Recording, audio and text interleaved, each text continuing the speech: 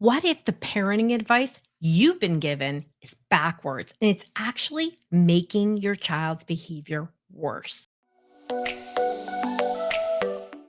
So, what's the problem with traditional parenting advice? Well, it says connect more or discipline more, but neither works when your child's nervous system is overwhelmed, activated, or what I like to say, jacked up.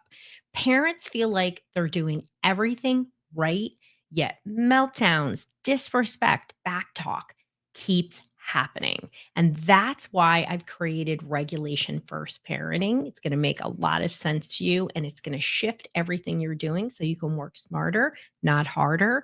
And guess what? Be more connected to your kids and everybody can feel good. How about that? Connection alone, why does it backfire? We're often talking about gentle parenting, but it falls flat for most people. And that's because without regulation, connection falls flat. Your endless validation, making your kids, hearing them and saying, "Oh, this is great." That's what validation is, actually can make anxiety worse. And I think so many people who work with me see that. Empathy without boundaries actually fuels dysregulation. Parents feel confused, exhausted, walking on eggshells, and really frustrated that they're working so hard, but yet their kids are so dysregulated and so is their homes. Traditional parenting and most forms of parenting is completely ignoring nervous system regulation first. You can try sticker charts, behavioral systems, punishments, and all you're doing is getting kids that are stuck in meltdown behavior. Just know that you can't correct behavior or connect with your child until that nervous system is calm. What's the science behind regulation first parenting? It's really about that a dysregulated brain can't learn, it can't connect, and it can't receive connection until it's regulated. And I think that makes a lot of sense to people. A lot of people say, "Why is nobody talking about it?" I'm like, "I've been talking about it for 20 years. I'm just putting a name to it, regulation first parenting." What's the science of what happens in a dysregulated brain? Well, first, our emotional center, our amygdala, flips into survival mode. It is not going to connect. It's not going to learn. That prefrontal cortex goes offline. And that's where logic, reasoning, and learning really happens. It's our braking system that helps us to engage, pay attention, listen. That's why lectures, timeouts, or threats never work when you're mid meltdown, you're stuck in after a meltdown, you're stuck in that recovery state for a very long time. The brain is literally stopping your child from learning or connecting. The traffic light, I want you to think of the brain and what happens in these moments in traffic light, red, yellow, and green. When your child is activated, right? It could be real or perceived their stressor, it doesn't matter. It's a red light. Everything stops. No matter how much you push, nothing moves. You already know this. You're parenting. And why does this happen? Let's talk about the nervous system hierarchy. The brain always prioritizes survival before connection, regulation before learning. Stress hormones like cortisol and adrenaline flood the body and block this normal development of emotional regulation and learning. In the real world, unless your child feels safe, their brain can't listen, connect, or learn. And what does that mean, safe? It means that it's not activated because it's in a threat mode. It's in red, right? The brain is still saying, when it's on red, it's saying, "I'm not safe yet." What's the science behind co regulation? And really, how does it help our child to regulate and learn, listen, connect? So, our child's nervous system syncs through ours with something called mirror neurons. Literally, at a biological level, your body is signaling to the child, "You're safe," right? Stand down. Because again, your child's nervous system, once it's activated, is in a threat mode. It's on that red light. And they will bar your calm until they can build it on their own. And the more they do this, the better it is. So when you're co-regulating, the traffic light is yellow. It's saying stress is slowing, the body is out of danger, and I can begin to safely learn how to regulate. With every calm reset, it builds a new neural pathway for self regulation. Repetition rewires the brain for resilience. And remember, kids aren't born regulated. They learn to regulate through every opportunity. It doesn't mean one period of dysregulation causes them to dysregulate all the time. But what are they learning? Over time, regulation literally can reshape the brain.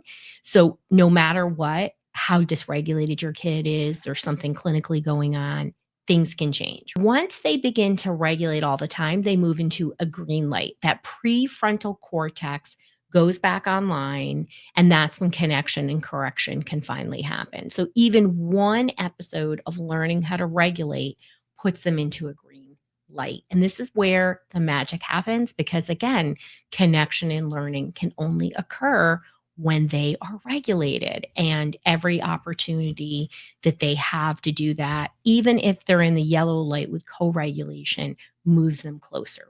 What's so different about regulation first parenting is that it really helps you to understand why your good parenting, your connection and your consequences just aren't sticking. We have to do this in a specific order. We have to have parent regulation first. Calm has to come first, then child co-regulation because they can borrow your calm. And that's when you start to have way more connection, and that calm can only happen with your own co-regulation, and then they learn to connect.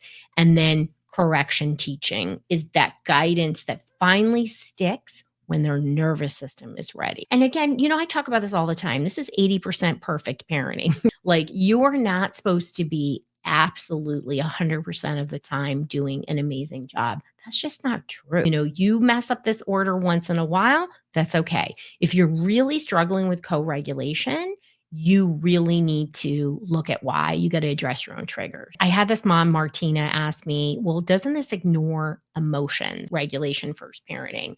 And regulation isn't shutting down emotions, it makes them feel safe enough to actually feel them. We have so many disconnected kids, and kids are disconnecting because of technology, stress, developmentally inappropriate schoolwork, infections and toxins. And what I explained to Martina about her son Jackson, who was always spiraling into chaos, there was like no other way to say it, is that we had to regulate first because with regulation, he could build true emotional strength because he was always in this reactivity cycle all the time, all the time. I mean, not just him, everybody in his family, they were all walking on eggshells and trying to always tap it down. And until everybody learned to regulate, we couldn't get out of this loop and learn a different behavior. So she understood regulation first isn't permissive, it's actually the foundation for lasting change. I think that's one of the most amazing things about all these thousands of kids and families that I've worked with over these years is actually getting to see how they learn to regulate at that time.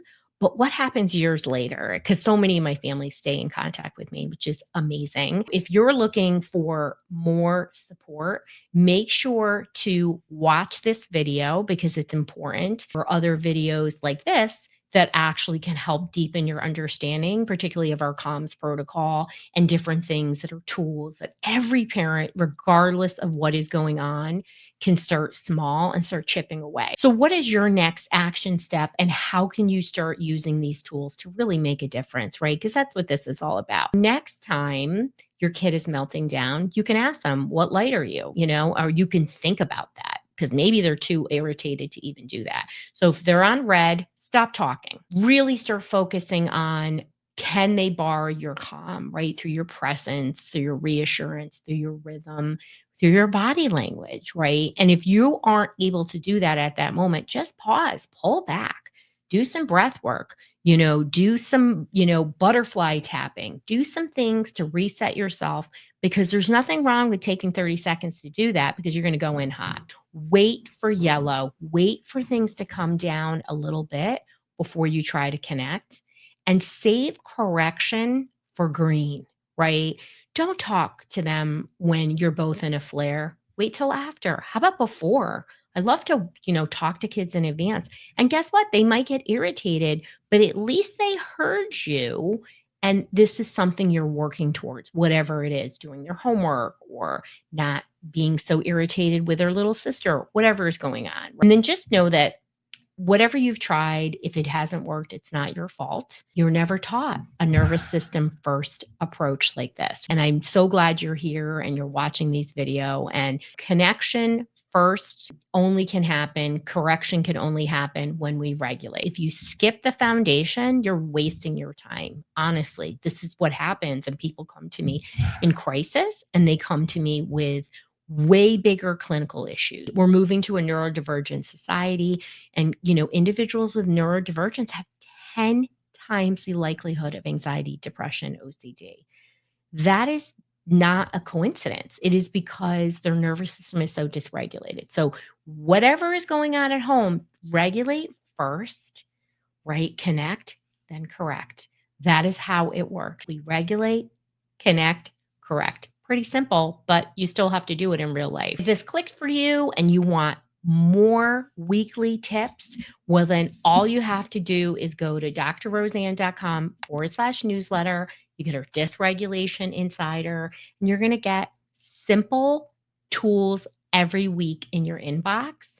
And you get a lot of really great information that you can just spend 3 or 4 minutes and up your parenting game, because regulation first isn't just a style of parenting. It's something that you can do to really bring co-regulation to your everyday. Want more insights and solutions? Well, subscribe to our Dysregulation Insider and it will show up in your inbox every week.